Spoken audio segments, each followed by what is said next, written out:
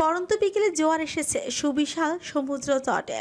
সমুদ্রের নীলাম্বর জল ভলভলিয়ে ফুলে ফেপে উঠছে দ্বিগুণ। জোয়ারের তালে তালে নীলডঙা স্বচ্ছ পানি ছলাৎ ছলাৎ ঢেউ এসে আসছে পড়ছে বিস্তার বেলাভূমি জুড়ে। ঢেউয়ের সাথে তালে তাল মিলিয়ে মহাসমুদ্রের গহীন থেকে উঠে তীরে এসে ঠাঁই নিয়েছে রং বেরঙের ঝিনুকের দল। হুট করে এক নজর দেখলে মনে হবে নীলরঙা অমৃতের মাঝে কেউ চকচকে হীরের জহরত ছড়িয়ে ছিটিয়ে রেখেছে। সূক্ষ্ম পায়ে এক কদম করে এগোতে এগোতে সেই অতীব মূল্যবান হীরের জহরতি কুড়িয়ে হাতে থাকা প্লাস্টিকের থলে ভরে নিচ্ছে ওরও। শিপ থেকে নামার পরে শুরু হয়ে গিয়েছে ওর এই কর্মকাণ্ড। ওদিকে বাকি সবাই অনেকটা এগিয়ে গিয়েছে। ঝিনুক কুড়াতে গিয়ে একাই পিছিয়ে পড়েছে ওরু। পরনে ওর ল্যাভেন্ডার কালারের ফিনফিনে লং ফ্রক, যা গোড়ালি অবধি নেমে এসে গাউনে পরিণত হয়েছে। এক হাতে মুক্তা আর ঝিনুক দিয়ে তৈরি কিছু ব্যাঙ্গলস, হাঁটু সমান লম্বা সিল্কি চুলগুলো শুধু একটা পাঁচ ক্লিপ দিয়ে আটকানো। এক ঝলক দেখলে মনে হবে এই জনমানবহীন ছেঁড়া দ্বীপের আধিপত্য শুধু ওর। ওই যুগ যুগ ধরে সমুদ্রের বসবাসরত রূপকথার সেই সাগরকন্যা, যে কিনা এখন ঝিনুক কুড়াতে গভীর মনোযোগে। অরূপ পিছিয়ে পড়েছে দেখে এলিসা পিছনে ঘুরে হাঁক ছেড়ে ডেকে উঠল ওকে। এলিসার ওরু, তাড়াতাড়ি এসো, এত পিছিয়ে গেলে কি করে? কথার মাথায় কৃতিকও এবার সামনে থেকে পেছনে এক ঝলক চোখ ঘোরালো। চোখে তার বিশাল আকৃতির রোদ চশমা, লম্বা স্টাইলিশ চুলগুলো সাগর তীরের ঝড়ো হাওয়া এলোমেলো হয়ে উঠছে। বারবার ব্যাক ব্রাশ করে ঠিক করা রাখা বারবার ব্যাক ব্রাশ করেও ঠিক রাখা যাচ্ছে না মোটেও। পরনে তার সাদা টি শার্টের ওপর কেলভিন ক্লাইন খচিত ডেনিম ট্র্যাক স্যুটে গ্লোবাল সুপারস্টারদের মতোই সুপুরুষ লাগছে তাকে। এলিসার ডাকে অরু ঝিনুক কুড়ানো বাদ দিয়ে দ্রুত পায়ে এগিয়ে এসে ওদের থেকে দূরত্ব কমালো। পেছন পেছন হাঁটতে হাঁটতে সূক্ষ্ম চোখে পরখ করতে লাগলো সাথে আসা সবাইকে। এলিসা আলচা মজান থাচার মেয়ে, এরকম জঙ্গলে ঘেরা দ্বীপে সমুদ্র বিলাস করতেও এসেও তার ফ্যাশনের পরিবর্তন হয়নি একটু। স্কিনি লেদার প্যান্ট, পাইপ বুট, গায়ে ট্যাঙ্ক টপ, তার উপর লাল রঙা লম্বা কোটে। এলিসার সাথে রং মিলিয়ে অর্ণব লাল রঙের শার্ট পরেছে, যা নিয়ে সে কখন থেকে সার হাসাহাসি করে খিল্লি উড়াচ্ছে। ওদের থেকে চোখ সরিয়েছে অরু। চোখ গেল কৃতিকের দিকে, যে সমুদ্র বিলাসে এসেও এক মনে ফোন ঘাটছে। তবে মজার বিষয় হলো সাদা কালো ছাড়া অন্য কোনো রঙে কৃতিকে এই প্রথম দেখলো ওরু। এমন ব্যতিক্রম স্টাইলে মানিয়েছেও তাকে বেশ।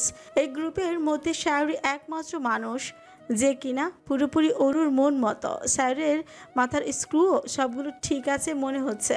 শায়র একজন গ্লোবাল মডেল, তাই ওর ফ্যাশন আইডিয়াও বেশ ভালো। থ্রি কোয়ার্টারের সাথে ফ্লোরাল প্রিন্টেড শার্ট পরে এসেছে সে। সবাইকে একে একে পরখ করা শেষ হলে অরুর চোখ গেল বিস্তার বেলাভূমি ছাপিয়ে গহীন অরণ্যের দিকে। প্রথমে কয়েক ধাপে সরাসরি নারকেল গাছ, তারপর থেকে শুরু হয়েছে গহীন জঙ্গল। লোকালয় থেকে কয়েক ক্রোশ সমুদ্র পথ পাড়ি দিয়ে তবে হদিস মেলে অপার সৌন্দর্য বেষ্টিত এই ছেঁড়া দ্বীপে। সূর্যাস্তের আগ পর্যন্ত দেশি বিদেশি মানুষের তুমুল জমজমাট লক্ষণীয়, যে যার মতন করে নিংড়ে নিচ্ছে সমুদ্রের তীরের ধুলো ময়লা বিহীন পরিষ্কার অক্সিজেন মিশ্রিত বায়ু। কেউ কেউ আবার মেতে উঠেছে ঢেউ খেলানো সমুদ্র স্নানে। চিরচারিত একগুঁয়ে জীবন থেকে খানিকটা ফুসরত পেয়ে চারিদিকে সবাই কেমন শিশুসুলভ আচরণ করছে। তবে এতক্ষণ যাবৎ এক নাগারে হেঁচে হেঁচে ওরা ঠিক কোথায় যাচ্ছে সেটা এখন আপাতত দেখার পালা। কথা আমাদের হাতে সর্বোচ্চ সময় থাকবে 10 মিনিট। এই 10 মিনিটে ওদের ক্লাবের ওয়েবসাইট, ইলেকট্রিসিটি, ব্যাংক অ্যাকাউন্ট আর ওদের নিজস্ব ওয়েবসাইটগুলো সব একসাথে হ্যাক করব আমি। জেকে বাইক নিয়ে ক্লাবের বাইরে থাকবে, আর শায়র তুই হবি অ্যালিসের অ্যাসিস্ট্যান্ট। যখন সবগুলো সাইট একযোগে হাতছাড়া হয়ে যাবে তখন ওরাই নিজেদের মধ্যে গন্ডগোল লাগাবে। সেই ফাঁকে তুই অ্যালিসা আর ওর বাবাকে শর্টকাট রাস্তা ধরে বেরিয়ে আসবি। ওইটা হলো শর্টকাট রাস্তা। জেকে ঠিক ওই পজিশনে ওয়েট করবে। টুকু শেষ করে শায়রের দিকে ল্যাপটপ এগিয়ে দিল অর্ণব। শায়র ল্যাপটপে চোখ বুলিয়ে গম্ভীর কণ্ঠে বলল, সবই বুঝলাম, কিন্তু আমি কেন এলিসার অ্যাসিস্ট্যান্ট হতে যাব? তুই হ। আফটার অল তোর পেয়ারের লাল হলো এলিসা। এলিসা তখন উত্তাল সাগরের ঢেউয়ের মালা দেখায় ব্যস্ত। সেদিকে এক নজর তাকে দাঁত কটমট করে অর্ণব বলল, তাহলে হ্যাকিংয়ের কাজটা বরং তুই কর। দেখি কোন ঘোড়ার ডিম পারিস। কৃতিক ল্যাপটপে মনোযোগ দিয়ে কিছু একটা করতে করতে বলল, বাচ্চাদের মতো সিলি ঝগড়াঝাটি বন্ধ করে আমার জন্য KTM 390 রেন্ট করার ব্যবস্থা কর। যেন তেন বাইক রাইড করে মজা পাই না আমি।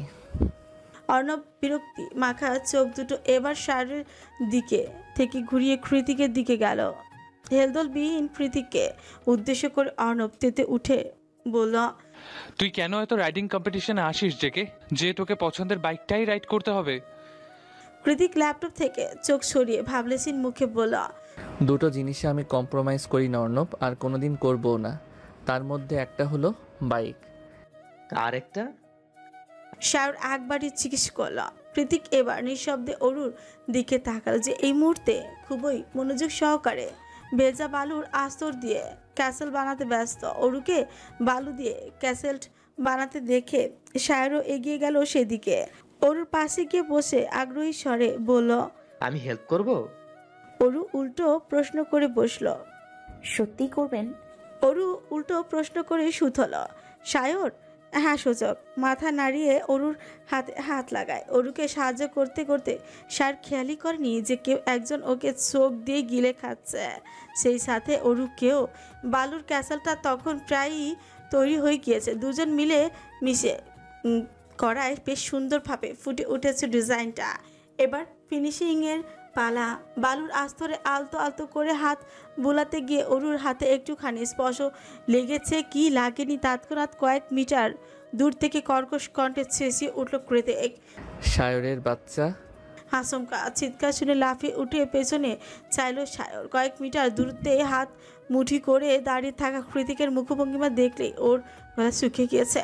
কৃতিকের রাগে রক্তিম হয়ে যাওয়া চোখের দিকে তাকালে বোঝা যায় ও গত 8 ঘন্টার যাবৎ সূক্ষ্ম নজরে এদিকেই তাকিয়েছিল। আর এই মুহূর্তে শায়রের খবর আছে। নিজেকে বিপদ থেকে মুক্ত করার শায়র তৎক্ষণাৎ বাম হাত দিয়ে টোক্কা মেরে এতক্ষণ ধরে একটু একটু করে সযত্নে তৈরি করা ক্যাসেটটা ঠেস করে ভেঙে ফেলল। এবার শুধু কৃতিকের নয়, অরুরও মেজাজ সপ্তম আসমানে চড়ে গেল। এক খুশিতে শায়রের নাক ফাটিয়ে দিতে ইচ্ছে হলো। সারা ভিতর টিম একটা। শায়র ভারতীর চাহনি নিয়ে এবার কৃতিকের দিকে তাকালো, তো আরেকবার চোখ ঘুরিয়ে অরুর দিকে। সঙ্গে সঙ্গে কৃতিকের আওয়াজ ভেসে এলো, আবার ওই দিকে চোখ দিয়েছিস? এদের কাহিনী দেখে অরু বিরক্ত হয়ে ধাপ ধাপ পা ফেলে সেখান থেকে চলে গেল। রাগে দুঃখে কান্না পাচ্ছে ওর। সব সময় ওর মনটাই কেন ভেঙে দেয় কে জানে। আকাশে সূর্যের তির্যক আলো মিশিয়ে গিয়ে গোধূলি নেমেছে। সোনালি আলোর ছটায় ঢেউ খেলানো সমুদ্রের পানিগুলো কেমন চিকচিক করছে। সাগরের পাড় ধরে হাঁটতে হাঁটতে ওদের থেকে অনেকটা দূরে চলে এসেছে অরু, তবুও হাঁটার গতি থামায়নি। ভালো লাগছে না ওর। সবাইকে কেমন পরপর লাগছে। ছোট্ট বাচ্চারা যেমন আম্মুর কাছে যাবে বলে বায়না ধরে, অরুরও তেমন বলতে ইচ্ছে করছে আপার কাছে যাব, কিন্তু ও তো এখন আর ছোট্ট নয়।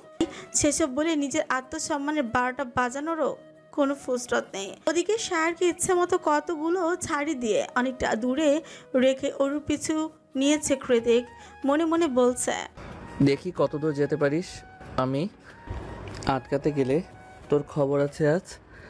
এরই মাঝে কৃতিক মোবাইল চেক করে দেখতে পায় ওরা নেটওয়ার্কের বাইরে চলে এসেছে। ওইদিকে সন্ধ্যা নেমে এসেছে, তাই এবারও দ্রুত পা চালাতে লাগলো অরুকে নিয়ে আসবে বলে। কিন্তু কিছু দূর যেতে একটা অযাচিত দৃশ্য দেখে অবাক হয়ে গেল কৃতিক। দেখলো অরু একটা অচেনা থাই লোকের সাথে একটা পার্স ব্যাগ নিয়ে টানাটানি করছে।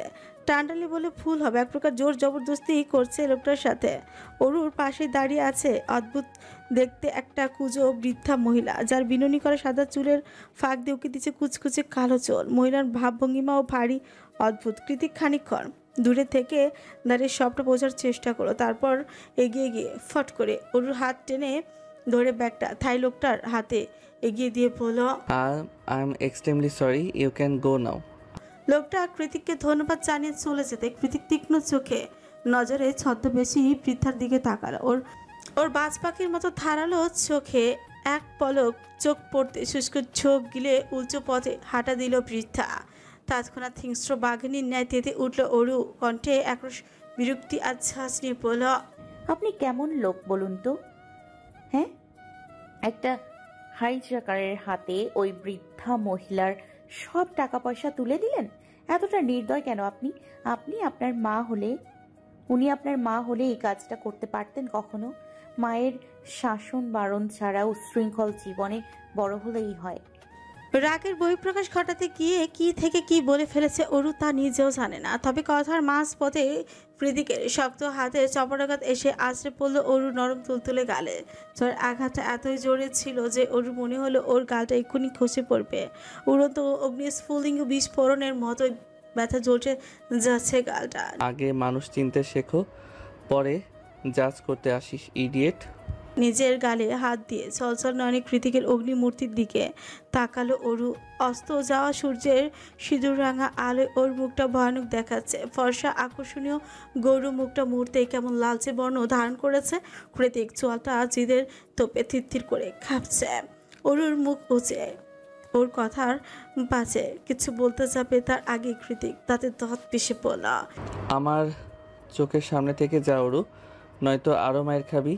এই মুহূর্তে তোর মুখটাও আমি দেখতে চাই না।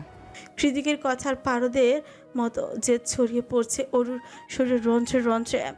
মাথার মধ্যে আগ্নেয়গিরি জ্বলন্ত লাভার মতোই রাগ উগরে উঠছে ভল ভল করে। রাগের তোপে হিতায়ত জ্ঞানশূন্য হয়ে ওর কথা শেষ হতে না হতে হনহন করে উল্টো পথে হাঁটা দিল ওরু। কৃতিকেরও মাথায় আকাশসম জেদ চড়ে আছে, তাই নিজেও অরুর কথায় চিন্তা না করেই হাঁটা দিল ওর বিপরীত দিকে। পুরো একটা দিনের ইতি ঘটেছে হাসপাতালের ছোট্ট কামরায় বসে বসে। সারাদিনের ছোটাছুটি শেষে সন্ধ্যা হতে ঝরঝরে ক্লান্তি নেমেছে রক্তে মাংসে তৈরি যন্ত্রের মতো শরীরটায়। ক্লান্ত শরীরটাকে টেনে নিয়ে এলোমেলো পা ফেলে এগিয়ে যাচ্ছে অনুগন্তব্য কৃতিকের ছোট্ট ডুপ্লেক্স বাড়িতে গিয়ে ঘুমালে হয়তো ক্লান্তি কাটবে খানিকটা। বাস স্টপেজে থেকে নেমে দ্রুত হেঁটে ক্যাফেটেরিয়া পর্যন্ত এলেও ক্লান্তিতে এখন হাঁটার গতি হয়ে গিয়েছে ধীর। ওর মনের মাঝে জমে থাকা একরাশ অভিমান, ক্লান্ত পরিশ্রান্ত শরীর প্রতিদিন ডেইলি প্যাসেঞ্জারের মতোই হসপিটালে বাড়ি সব কিছু ছাপিয়েও ওর মনে ভেসে বেড়াচ্ছে খুশির লাভজোজ। আর তো মাত্র কিছুদিন, তারপর মা ঠিক হয়ে আগের মতো হাঁটবে, চলবে, কথা বলবে, ওদের দুবোনকে শাসন করবে, আদর করবে। ও আর অরু আবারও বয়সের মাপকাঠি ভুলে গিয়ে মায়ের আদরে বাচ্চা হয়ে যাবে। এর চেয়ে খুশির আর কি বা হতে পারে? এত সব ভাবনার মাঝেও অনুর অযাচিত মনে এক সূক্ষ্ম কৌতূহল হানা দেয়। মনে মনে ভাবে, আচ্ছা, মায়ের সুস্থতার পর সব কিছু একই রকম থাকবে তো? অরু যখন সোডিয়ামের আলো ছায়াকে পেছনে ফেলে ধীর পায়ে এগিয়ে যাচ্ছিল, তখন আবারও সেদিনের সেই অনাকাঙ্ক্ষিত মুখ দুটো সামনে চলে আসে। ও রাস্তার পাশেই দাঁড়িয়ে ডিকিতে হেলান দিয়ে দাঁড়িয়ে আছে প্রত্যয়। তার মুখোমুখি সেদিনের সেই সুন্দরী মেয়েটা। বেশভূষা তার অত্যাধুনিক কার্ল করা ঢেউ খেলানো চুলগুলো বাদামি রঙের হলেও দেখে বোঝা যাচ্ছে মেয়েটা পশ্চিমা দেশের কোনো সাদা চামড়া নয়, বরং এশিয়ান কোনো দেশের হবে হয়তো। প্রত্যয়ের সাথে যেহেতু দাঁড়িয়ে আছে, বাংলাদেশিও হতে পারে। অনু কয়েক মুহূর্ত দাঁড়িয়ে সবটা পরখ করলো, তারপর এমনভাবে ওদের অতিক্রম করে চলে গেল যেন প্রত্যয়কেও চিনি না। কিন্তু প্রত্যয় অনুকে দেখা মাত্র ওর পিছু নিয়েছে। প্রত্যয় পেছন পেছন এগিয়ে আসছে দেখে অনু হাঁটার গতি দ্বিগুণ বাড়িয়ে দিয়ে তবুও প্রত্যয়ের পৌরুষালী কদমের সাথে পেরে উঠল না অনুর ক্লান্ত শরীরটা। এই পর্যায়ে পেছন থেকে ওর বাহু টেনে দাঁড় করিয়ে দিল প্রত্যয়। অনু ঝাড়ি মেরে নিজের হাতটা ছাড়িয়ে নিয়ে বলল, কি সমস্যা? আপনার কি সমস্যা? ইগনোর কেন করছেন? পাল্টা প্রশ্ন ছুড়ে প্রত্যয়। অনু একটু তাচ্ছিল হয়েছে, নিজের ভেতরের অজ্ঞাত বেড়ে ওঠা রাগটাকে কৌশলে আড়াল করে বলল, আপনার কেন মনে হলো আমি আপনাকে ইগনোর করছি? আপনাকে ইগনোর করার কি যোগ্যতা আছে আমার? কথা এড়াচ্ছেন? মোটেই না, অনন্যা শেখ এতটাও ভীতু নয়। প্রত্যয় তির্যক খেসে বলল। I like it. অনু আবারও সামনের দিকে হাঁটা ধরল। প্রত্যয় ওর বাঁ পাশ খেসে হাঁটতে হাঁটতে সুথল। ফোন না ধরার কারণটা জানতে পারি? ইচ্ছে করেনি তাই ধরিনি। আপনার ইচ্ছেটা তো খুব বাজে।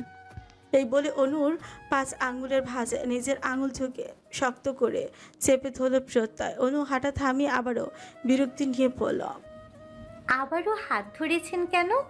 প্রত্যয় নির্লিপ্ত জবাব, ইচ্ছে হয়েছে তাই ধরেছি। আমার ইচ্ছেরাও খুব একটা সুবিধার না, বুঝলেন? প্রত্যয়ের কথার পিছে অনু লম্বা একটা দীর্ঘশ্বাস ছেড়ে নরম কণ্ঠে সুথল। প্রত্যয় সাহেব, আপনি শুধু আমার, তাই তো? প্রত্যয় হেসে জবাব দেয়। 100%। অনুর ফ্যাকাশে ক্লান্ত মুখটায় এতক্ষণে হাসির ঝলক দেখা দিল। নিজ হাতটা প্রত্যয়ের আঙুলের ভাঁজ থেকে বের করে দু হাতে ওর বাহু আঁকড়ে ধরে মাথাটা এলিয়ে দিল প্রত্যয়ের কাঁধের উপর। প্রত্যয় তার গমগমে পৌরুষের হাসকি স্বরটা কিছুটা নামিয়ে জিজ্ঞেস করলো। টায়ার্ড লাগছে? ওর হাসিচোখ মাথা নাড়ল, সঙ্গে সঙ্গে ওকে দু হাতে উঁচিয়ে কোলে তুলে নিল প্রত্যয়। পাকিস্তানি প্লাজো আর কামিজ পরেছিল অনু। দুপাট্টা দিয়ে টেনে রাখা মাথার আধখানা ঘোমটাটা সঙ্গে সঙ্গে খুলে গেল ওর মাঝ রাস্তায়। প্রত্যয়ের হঠাৎ কর্মকাণ্ডে বিস্ময় হতবাক হয়ে অনু লজ্জিত কণ্ঠে মিনমিনিয়ে বলল, বাড়ির কাছে চলে এসেছি তো, নামিয়ে দিন, কেউ দেখে ফেলবে। প্রত্যয় বাঁকা এসে জবাব দেয়, বাড়িতে কেউ নেই ডিয়ার। সেই হাসিতে চিকন ফ্রেমে চশমা পরিহিত প্রত্যয়কে আবারও এক দফা নতুন রূপে আবিষ্কার করলো অনু। রাত 9:35। রাতের খাওয়ার সময় হয়েছে। এরপর আবার ঘুমানোর পালা। পরদিন সকাল সকাল উঠতে হবে, অথচ অরু এখনও খেতে আসেনি। অরু যে রুমটায় থাকে তার পাশে রুমটা কৃতিকের। এলিসা, অর্ণব আর সায়র অন্য ভিলাতে থাকে, তবে খাবারের সিস্টেম বুফে বলে খাবারের সময় হলে সবাইকে একই ডাইনিংয়ে জমায়েত হতে হয়। এখন ডিনারের টাইম, ডাইনিংয়ে সবাই উপস্থিত, অথচ অরু নেই। চারিদিকে চোখ বুলিয়ে অরুকে না দেখে এলিসা বলল, ওরও কোথায়, এখনো খেতে আসেনি? এলিসার কথায় কৃতিক চারিদিকে চোখ বুলিয়ে বলল, তোরা শুরু কর, আমি ওকে ডেকে নিয়ে আসছি। মনে মনে ভাবল, আমি ধমক দিয়ে না ডাকলে জীবনেও আসবে না এই ঘাটতারা মেয়ে। অরুকে ডাকতে গিয়ে কৃতিক ভিলায় প্রবেশ করতে ওর ভ্রুজোড়া কুঁচকে গেল। পুরো ভিলা অন্ধকারে ছেয়ে আছে। বীজ থেকে ফিরে সারা সন্ধ্যা আর রুমে আসেনি কৃতিক। বাইক ভাড়া করে ব্যাংককের হাইওয়েতে রাইড করে বেরিয়েছে ঘন্টার পর ঘন্টা, অথচ এত রাত হয়ে গেল এখনও লাইট জ্বালায়নি অরু। আশ্চর্য।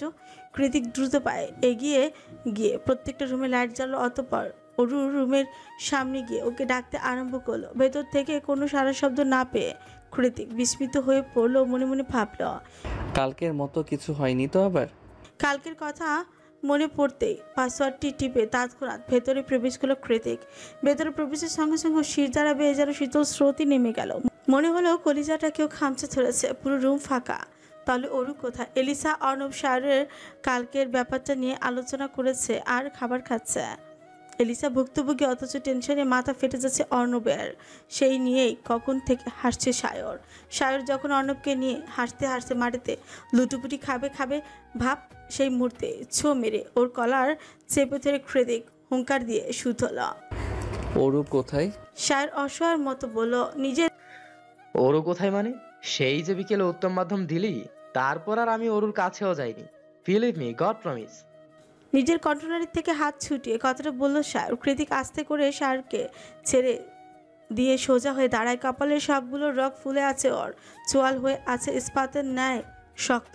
সেভাবে থেকে কৃতিককে সবার উদ্দেশ্যেই বলল, ওরুকে তোরা নিয়ে আসিসনি? এলিসা আর অর্ণব চোখাচোখি করে মিনমিনিয়ে বলল, তুই তো আমাদের আগেই চলে এসেছিস, আমরা আরও ভাবলাম ওরকেও সাথে করে নিয়ে এসেছিস। ড্যামিট। সশব্দে শক্ত কাঠের ডাইনিংয়ে পাঁচ বসিয়ে দিল কৃতিক। অতঃপর চেয়ারে ঝুলানো নিজের হুডিটা গায়ে চড়িয়ে সায়রের উদ্দেশ্যেই বলল, সায়র, কয়টা বাজে চেক করতো, আমি দ্বীপে যাব। সায়র দ্রুত গড়ি দেখে বলল, প্রায় 10টার কাছাকাছি। এ সময় অত দূরে দ্বীপে কোনো শিপই যেতে রাজি হবে না। তাছাড়া দ্বীপের শেষ ফেরি সন্ধ্যা 7টায়। তাহলে ইমার্জেন্সি হেলিকপ্টার বুক কর। সায়র একটু আমতামতো করে বলল, কৃতিক মানে এত রাতে হেলিকপ্টার বুক করাটা কিছু কস্টলি হয়ে যাবে। তৎক্ষণাৎ সায়রের দিকে অগ্নিদৃষ্টি নিক্ষেপ করে বলল, সোফার টাকা কি তুই দিবি?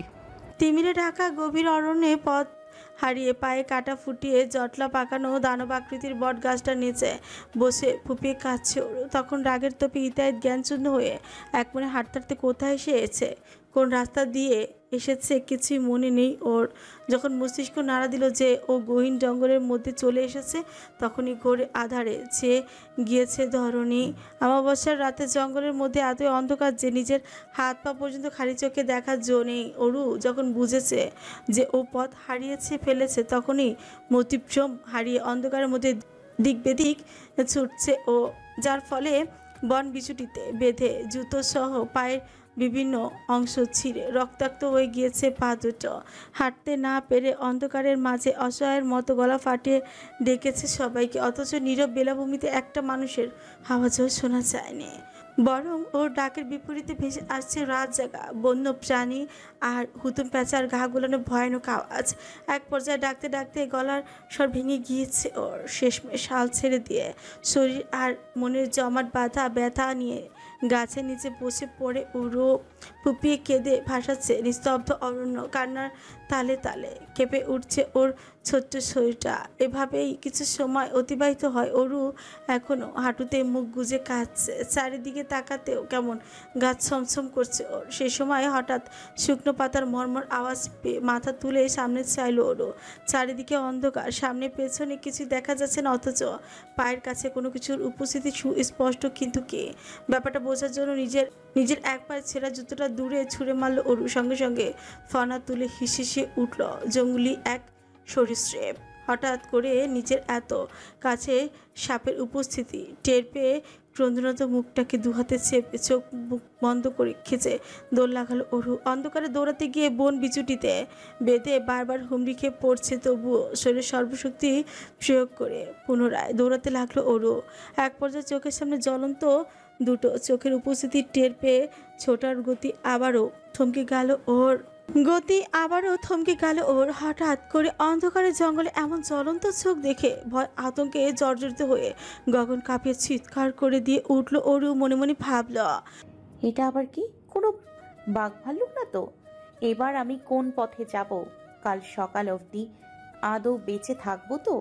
ওই ভয়ঙ্কর চোখ দুটো ধীর পায়ে এগিয়ে আসছে ওর দিকে। ব্যাপারটা বুঝতে পেরে আবারও উল্টো পথে ছুট লাগালো অরু। দৌড়াতে গিয়ে গাছের সাথে লেগে জামার হাতাটা ছিঁড়ে পিচ অবধি নেমে এসেছে, তবু থামলো না অরু। জীবন বাজি রেখে দৌড়াতে লাগলো যেদিকে দু চোখ যায় সেই দিকে। এভাবে ছুটতে ছুটতে মাঝপথে হঠাৎ করে আলোর ঝলকানিতে চোখ ঝাপসা হয়ে এলো ওর। দ্রুত বেগে দু হাত চলে গেল চোখের উপর। তীব্র ঘূর্ণন বাতাসে হাঁটু সমান চুলগুলো উড়ে যেতে চাইছে যেন। এত বেশি তীব্র বাতাস আর শব্দতে মনে হচ্ছে শুধু চুল নয়, রোগা পাতলা গরনের অরুই বোধহয় উড়ে যাবে উচ্ছিষ্ট আবর্জনার ন্যায়। কিসের এত বাতাস, কিসের এত শব্দ?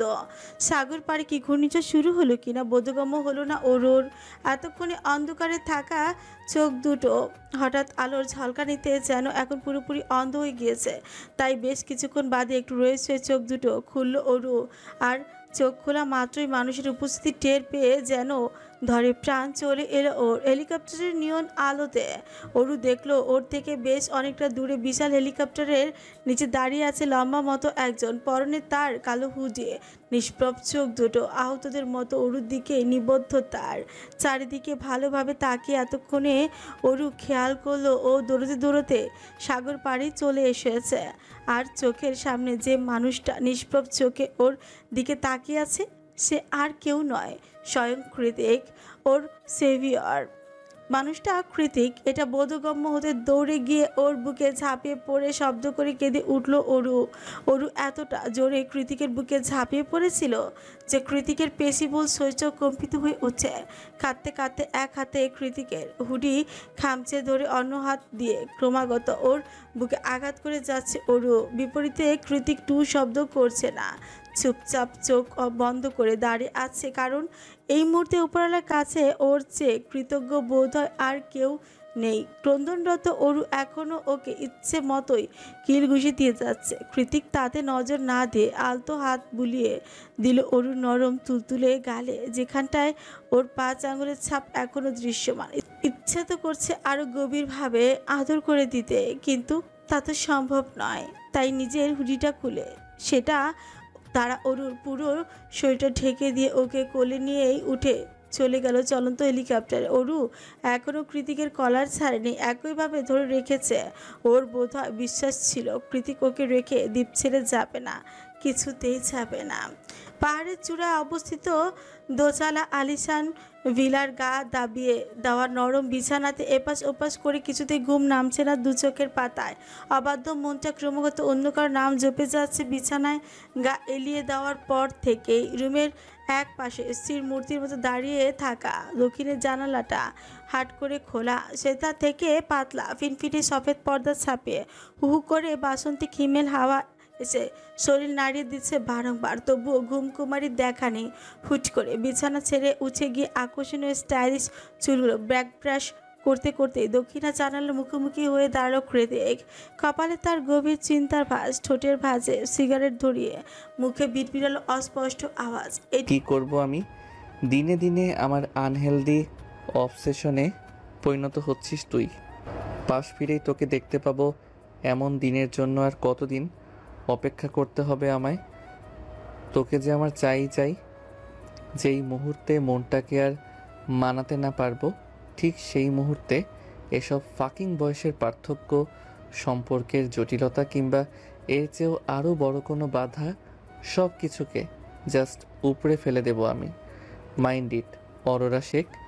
সেদিন আমার কাছে কেঁদে কেটেও লাভ হবে না। আমি এতটাও সদয় নই। নিজের জিনিস আমি চেয়ে নয়, কেড়ে নেই। টুকু বলে কৃতিকের স্বাভাবিক মুখভঙ্গিমা অনেকটাই কাঠিন্য রূপ ধারণ করে। ব্লেডের মতো তীক্ষ্ণ ছোঁয়াটা শক্ত করে পুনরায় ভিড়ভিড়ালো সে। এক মনে হাজারো কথা আড়ালো কাবার থেকে শার্ট বের করে সেটাকে টি শার্টের উপর পরে শার্টের হাতা দুটো ভাঁজ করতে করতেই রুম থেকে বেরিয়ে যায় কৃতিক। গভীর আমাবস্যার রাত, মাথার উপর আজ চাঁদের আলো দেখা নেই। ছোট বড় তারকারাজির মেঘের আড়ালে লুকিয়ে আছে। চারিদিকে ঘুম ঘুম পরিবেশ বিরাজমান। এই মুহূর্তে সবাই হয়তো ড্রিম লাইট জ্বালিয়ে ঘুমের দেশে পাড়ি জমিয়েছে, কিংবা কেউ কেউ মেতে উঠেছে ভালোবাসার আদান প্রদানের চরম প্রতিযোগিতায়। অথচ অরুর রুমে চকচক করছে ইলেকট্রনিক্স বাল্বের চোখ ধাঁধানো আলো। শরীরটা ক্লান্তিতে ভার হয়ে আসছে। চোখ জোড়াতেও ঘুমাতেও যাওয়ার জন্য নিষ্পিস করছে সে কখন থেকে, কিন্তু তার উপায় কোথায়? এই অবস্থায় ঘুমাতে গেলেও হাত পায়ের কাটা ছেঁড়া জায়গাগুলোতে মলম কে লাগাবে? তাছাড়া জঙ্গলে দৌড়াতে গিয়ে পেটের কাছেও খানিকটা কেটে গিয়েছে, সেখানটাতে আপাতত কটন দিয়ে একটু একটু করে অ্যান্টিসেপটিক লাগাচ্ছে অরু। আর খানিক বাদে চোখ ঘুরিয়ে জানালা গলিয়ে নিশুতি আধার রাতে হাতড়ে বেড়ানো জোনাকি পোকা পরক করতে, যাতে কাজ করতে করতে ঘুম না পেয়ে যায় অরুর। আবার অরু যখন নিজেকে নিজে সারিয়ে তোলার কাজে প্রচণ্ড মনোযোগী, ঠিক তখনই কোনোরূপ নক না করে পাসওয়ার্ড টিপে ওর রুমে প্রবেশ করে কৃতিক। এতে এত রাতে আচমকা কারো উপস্থিতি টের পেয়ে অসাবধানতা লাফিয়ে ওঠে ওর। মাথা তুলে কৃতিককে দেখতে পেয়ে ব্যস্ত ভঙ্গিতে দ্রুত নিজের কাঁধ থেকে জামাটা তুলে ফেলে মিনমিনিয়ে বলে, মেয়ে মানুষের রুমে নক করে ঢুকতে হয়, সেটাও জানে না? ম্যানারলেস লোক কোথাকার। তোর রুমে আবার আমাকে অনুমতি নিয়ে ঢুকতে হবে? পিচ্ছি মেয়ে একটা, দেখি কোথায় লেগেছে। কথা বলতে বলতে অরুর কাছে এগিয়ে যায় কৃতিক, হাত বাড়িয়ে দেয় অরুর ঘাড়ের কাছে। অরুর দ্বিধাগ্রস্ত হয়ে নিজের জামাটা চেপে ধরে বলল, আপনার চেয়ে ছোট হতে পারি, তবে বয়সের দিক দিয়ে আমি অতটাও ছোট নই। নিজের গোপনীয় ক্ষতটা কৃতিককে দেখাতে অরু সংকোচ বোধ করছে। বুঝতে পেরে কৃতিক হাঁটু গেড়ে অরুর মুখোমুখি হয়ে বসে ওর এক পা তুলে নেয় নিজের উরুর উপর। তারপর সেটাকে মনোযোগ সহকারে উল্চে পাল্টে দেখতে দেখতেই পারে। তাই নাকি? বিয়ের বয়স হয়েছে? কি? কৃতিক চোখ তুলে অরুর চোখে চোখ রেখে পুনরায় শুধালো, বিয়ের বয়স হয়েছে? বরকে সামলাতে পারবি? কৃতিকের হঠাৎ করা ছোবলের মতো প্রশ্নে অরুর লজ্জায় চোখ বুজে আসছে। ও দ্রুত প্রসঙ্গ পাল্টে উল্টো প্রশ্ন ছুড়ে পড়ে, ব্যথা পায়? ব্যথা পায়ে হাত দিচ্ছেন কেন? আরও ব্যথা দেব বলে। কৃতিকের চোখ উত্তরে চোখ মুখ কুচকে গেল অরুর।